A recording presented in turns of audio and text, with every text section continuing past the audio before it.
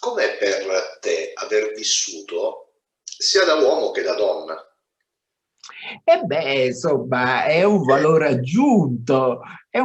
aggiunto perché, o meglio, cerchiamo di essere precisi. Nei primi 44 anni della mia vita, eh, un'indole femminile, un modo proprio di sentire tutto, alloggiava in un corpo maschile, quindi una disarmonia totale. Però, credendomi presunto omosessuale, ho avuto una vita di innamoramenti, una vita sessuale molto vissuta, anche perché parliamo periodo pre-AIDS, quindi ho vissuto le prime discoteche con dark room di Firenze, Milano, Berlino, eccetera, eccetera. Quindi ho avuto una vita veramente goduta, questo sessualmente, però poi rimaneva questo problema di disarmonia tra la mia psiche e il mio corpo, con il quale mi addormentavo e mi risvegliavo. E l'essere diventata donna, quindi armonica, beh, tutto è cambiato. Non c'è più, ma forse dovuto anche agli anni, quella vivacità erotica che mi caratterizzava.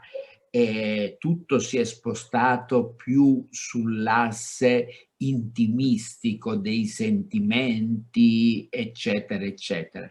Cioè, non ho problemi a dire che prima dell'intervento genitale avevo una vita erotica molto vissuta, come nei primi 44 anni. Dopo l'intervento le cose sono radicalmente cambiate perché molto probabilmente gli anni, il cambiamento ormonale, eccetera, eccetera. Diciamo che sono state 3 fasi della mia vita: l'attuale, quella del transessuale e quello del presunto omosessuale. E quando eri ragazzo a questo punto, o meglio ancora, tipo adolescente, ragazzino, in famiglia, come, cosa è successo? Cioè, perché presumo che si rendessero conto, no? Ma io credo che, allora, diciamo Come è stata questo. vissuta in famiglia? Allora, parliamo di decine di anni fa, cioè basta dire che ai miei tempi, quando io ero ragazzino, la parola gay non esisteva. Esistevano parole con disprezzo, dispregiative, finocchio, frocio, checca, eccetera. Beh, io ho sempre manifestato nei miei atteggiamenti, nella mia sensibilità, qualcosa che aveva a che fare decisamente con la femminilità. Perciò io la prima ad aver capito che chi ero è stata mia madre. Poi naturalmente, però erano ancora gli anni in cui in famiglia non se ne Parlava, parlava. si faceva finta Eh, di nulla. Chiaro. ecco, basta dire, ecco, non esisteva neanche la parola gay, perciò questo per dare l'idea di quanti decenni fa. Poi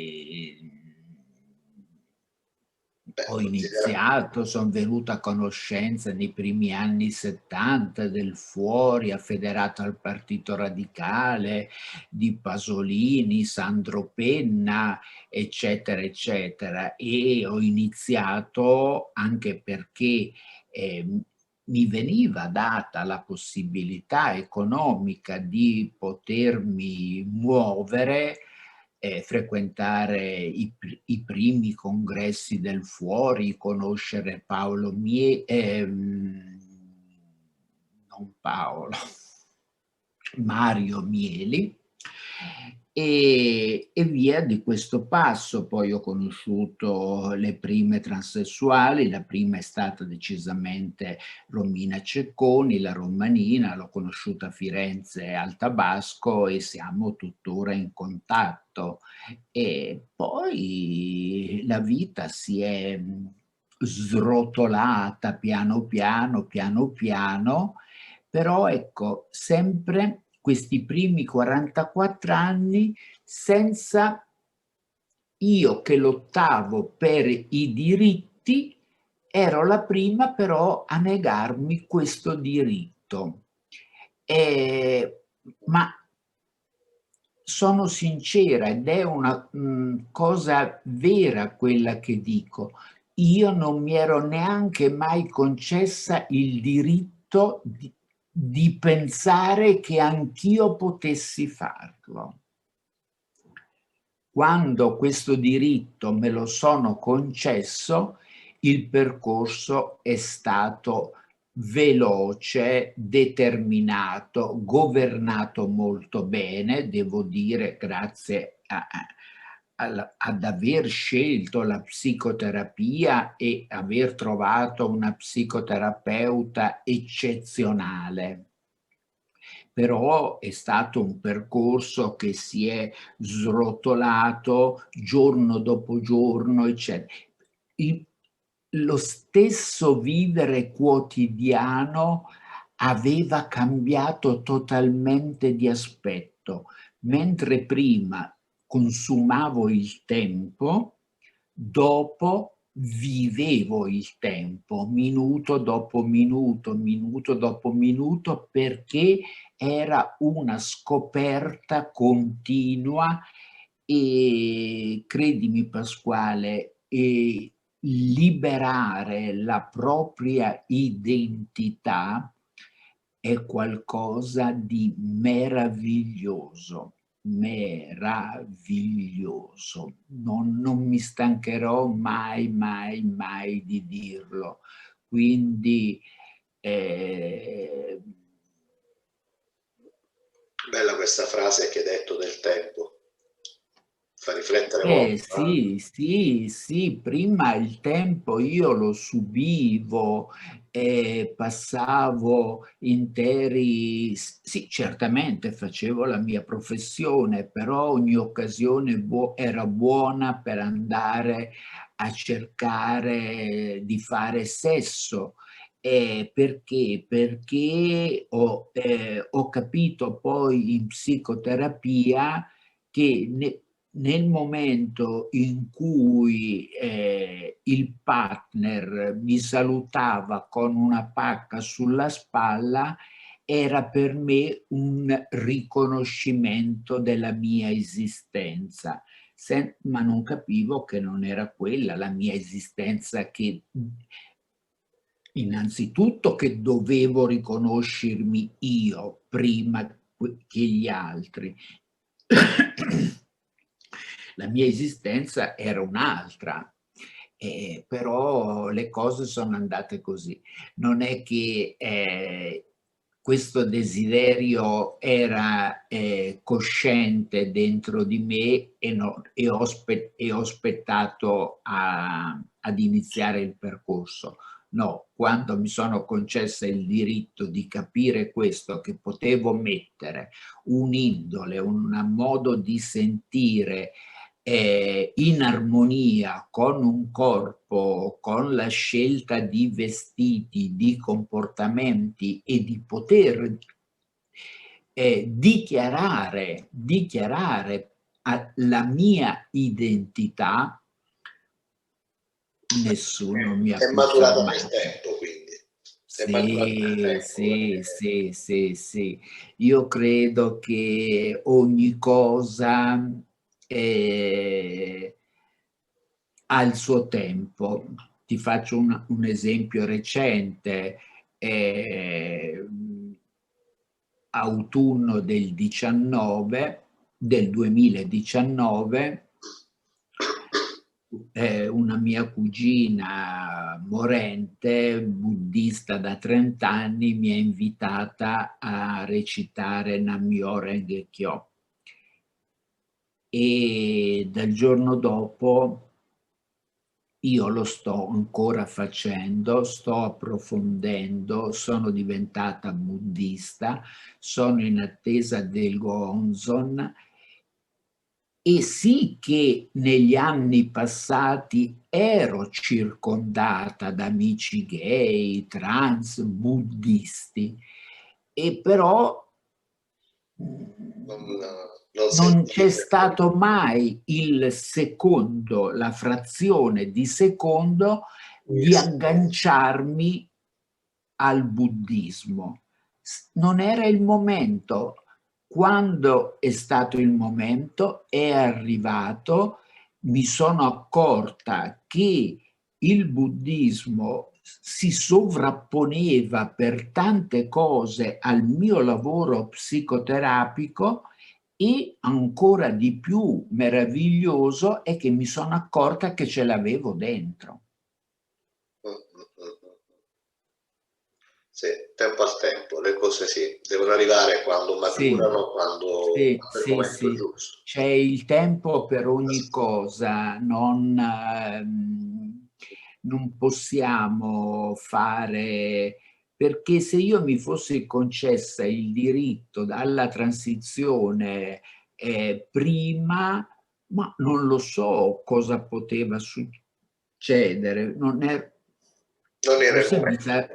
avrei cambiato città, avrei smesso di fare l'architetto, sarei finita in strada. Non lo so, non lo so, non è andata così, e quindi non posso saperlo. Io so come sono andate le cose per me. Ecco. Sì. Senti, tu del giudizio della gente, del giudizio rispetto alla diversità in generale, cosa pensi? O meglio, quanta importanza hai dato nella tua vita? Perché poi no, c'è gente Allora, che io non c'è.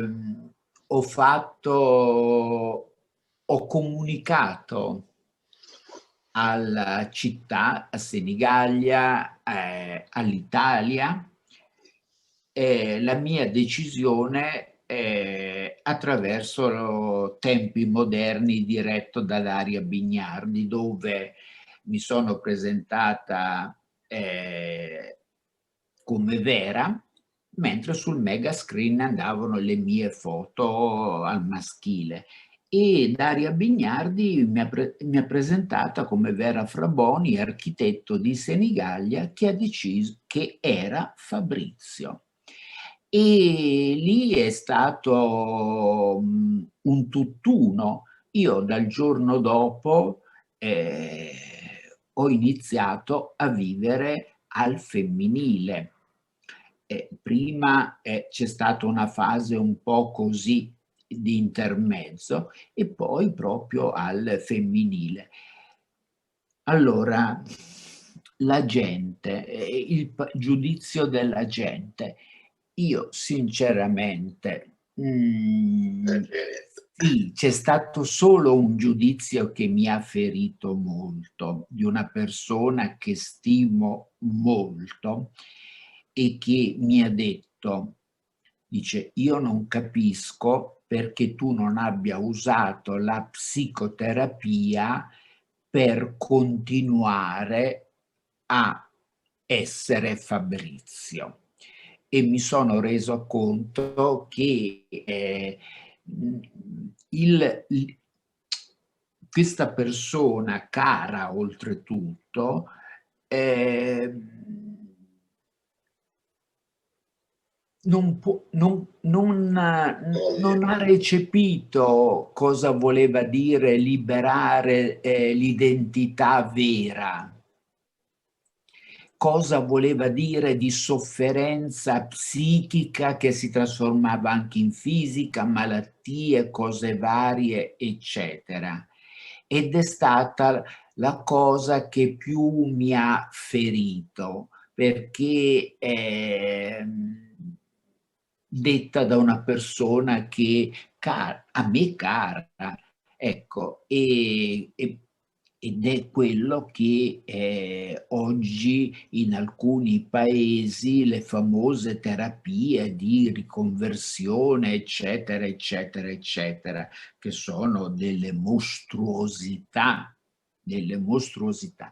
La gente in genere, io sono convinta che la gente abbia avuto molto, molto da raccontarsi, da chiacchierare, da spettegolare, ma io sinceramente non li ho ascoltati, non li ho uditi e quindi il problema del rapporto della gente con la diversità è un problema molto grosso, che non riguarda solo la transessuale, il gay, la lesbica, ma riguarda tutto ciò che non è conforme. Parlo del colore della pelle, parlo di chi non può camminare con le proprie gambe, cammina con le ruote di una carrozzina, eccetera, eccetera. Purtroppo, purtroppo,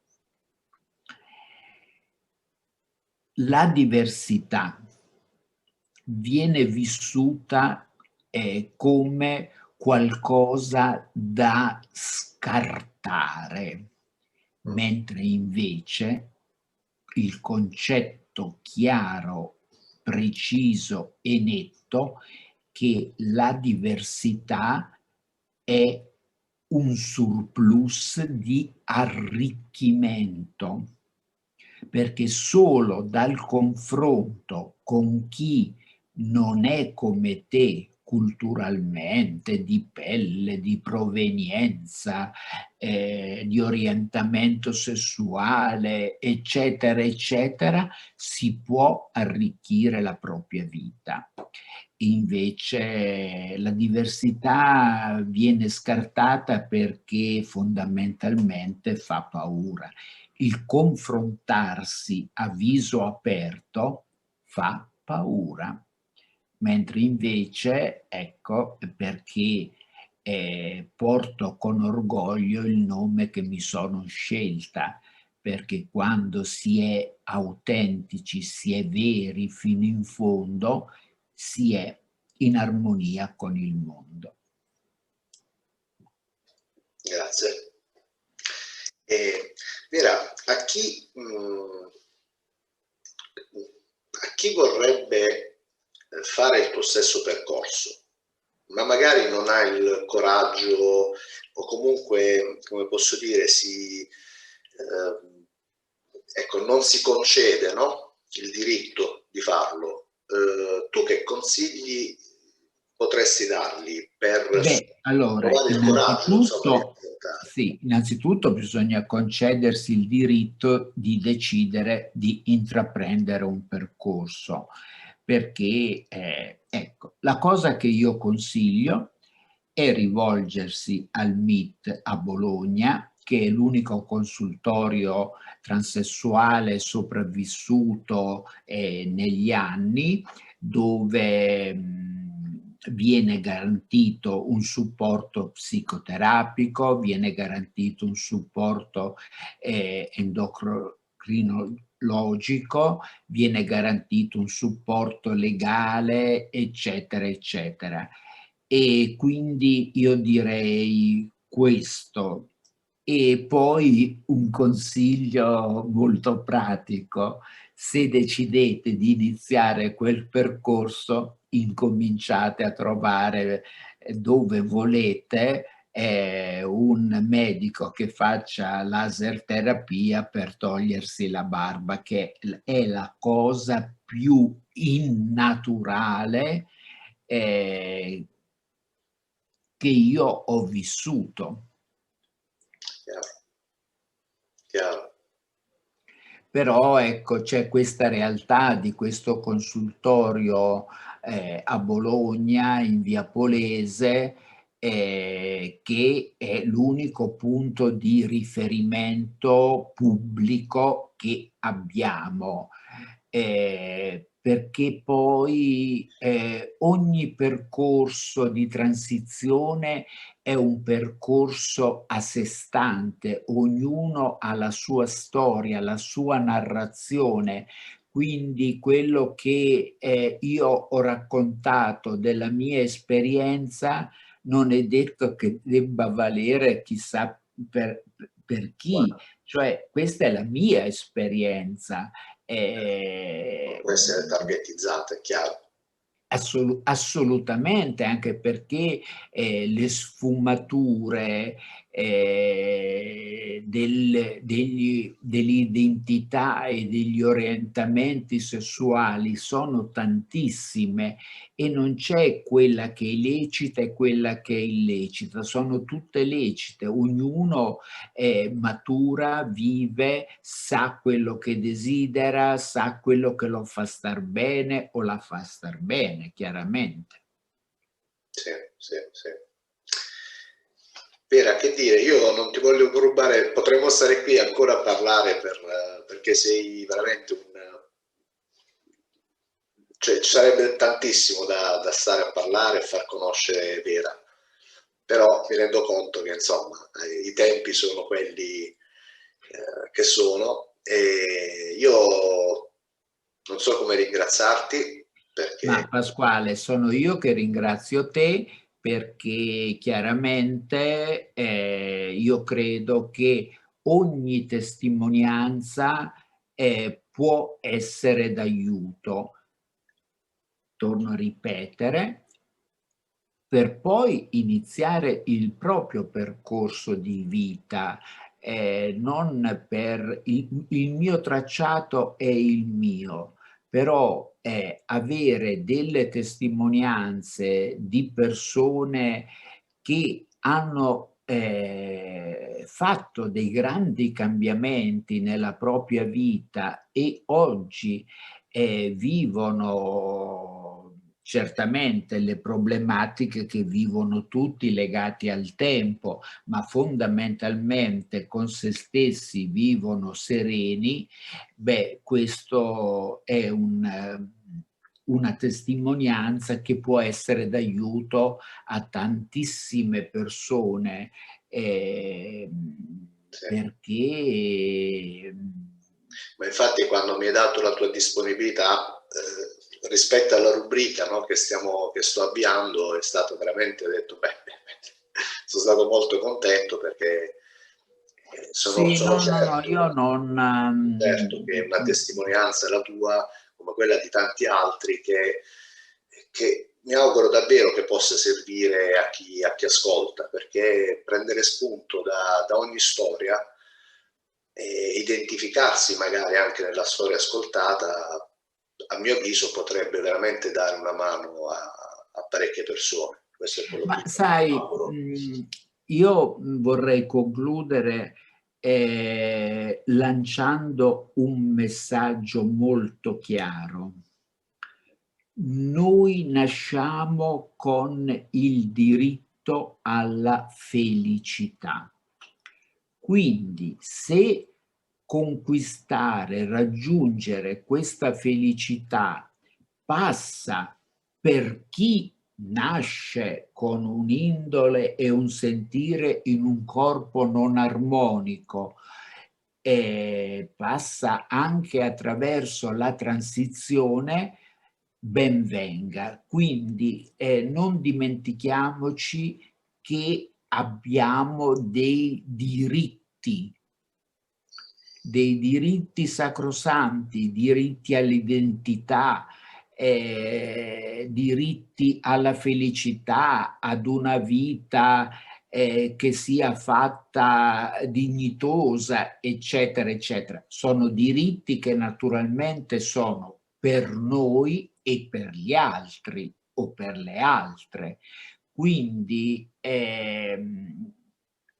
non dimenticatevi che avete, dal momento in cui siete venute al mondo, avete il diritto alla felicità. Poi ognuno la gestisce come meglio crede. Bella quest'ultima frase conclusiva, anche questa molto bella. Ok, allora io saluto tutti e grazie per averci ascoltato. Vi ricordo di iscrivervi al canale, perché è l'unico aiuto che ci potete dare e stimolo per continuare a impegnarci. Quindi iscrivetevi, mettete un like, fate commenti, commentate anche i video, dateci dei suggerimenti, insomma, confido in voi. E quindi a voi intanto vi saluto. E poi ancora grazie Vera. Grazie a te, e se ci saranno altre occasioni, ben vengano, nessun problema. Grazie di cuore. Buona serata a tutti.